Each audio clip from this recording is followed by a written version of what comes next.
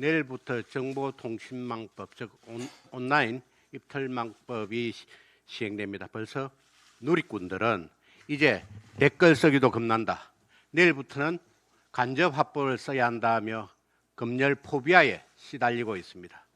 오죽하면 참여연대, 민병 같은 친여 성향 단체까지 공론의 장 위축을 우려하며 이 악법을 반대했겠습니까?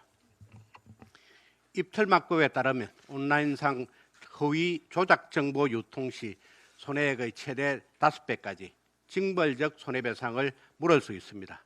그런데 허위 조작 정보인가 아닌가 여부를 방미통일 산하 단체가 판단하게 됩니다. 이미 이 정부가 방미통일을 장악한 방식대로 이 단체의 친정부 인사를 채워넣으면 정치 권력이 입맛대로 진실, 허위 여부를 재단하게 됩니다.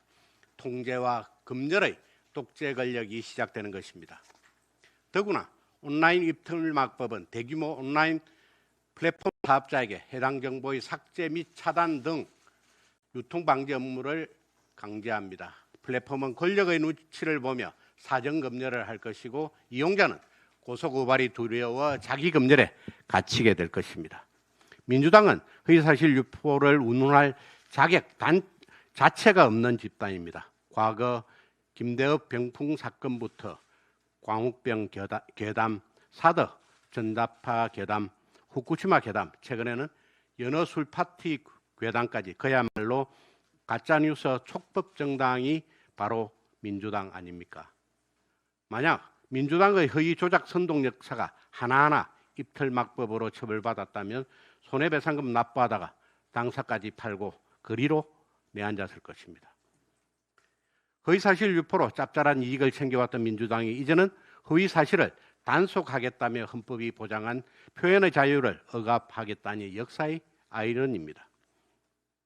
온라인 입틀막법은 헌법이 보장한 표현의 자유를 억압하고 민주주의의 근간인 공론의 장을 심각하게 파괴할 수밖에 없습니다.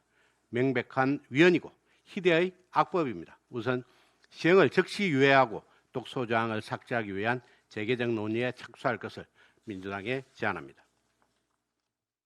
선관위가 반성커녕 정신을 못 차리고 있습니다. 국회의 회의록 제출 요구를 회피하기 위한 꼼수 제출 검토 문건에 이어 선관위원 사퇴 요구를 막기 위한 사퇴론 대응 검토 문건까지 작성한 것으로 드러났습니다. 6.3 선거관리 참사의 주범 선관위가 사퇴 수습보다는 본인들의 안위를 위해 국회와 국민을 기만하고 진실을 은폐할 방법만 궁리했다니 분노를 금할 수 없습니다. 이토록 부도덕한 선관위의 운명은 오직 해체뿐입니다. 이 같은 선관위의 범죄 은폐 의혹까지도 모조리 특검 수사로 진상 규명해야 합니다. 그런데 민주당은 특검 추천권에서 민주당을 배제해야 한다는 야당의 당연한 요구를 궤변 어불성설이라고 주장합니다. 우선 이번 특검의 수사 대상에는 선관위뿐만 아니라 선거 지원 업무를 소관하는 행안위가 포함될 수밖에 없습니다. 아울러 이번 특검 수사 대상 1호는 대통령의 밥친구 위철한 직무대행입니다.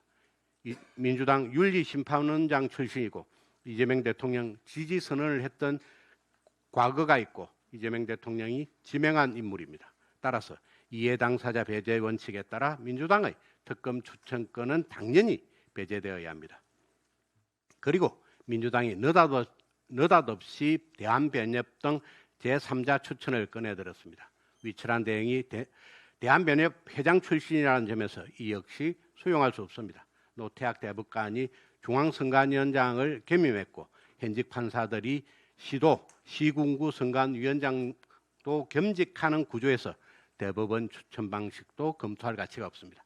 민주당이나 대한변협이 특검을 추천하겠다는 것은 무늬만 특검하겠다는 대국민 눈속임에 불과합니다. 더불어민주당은 엄정한 진상규명을 위해 깔끔하게 야당 추천 특검을 수용할 것을 촉구합니다. 이상입니다.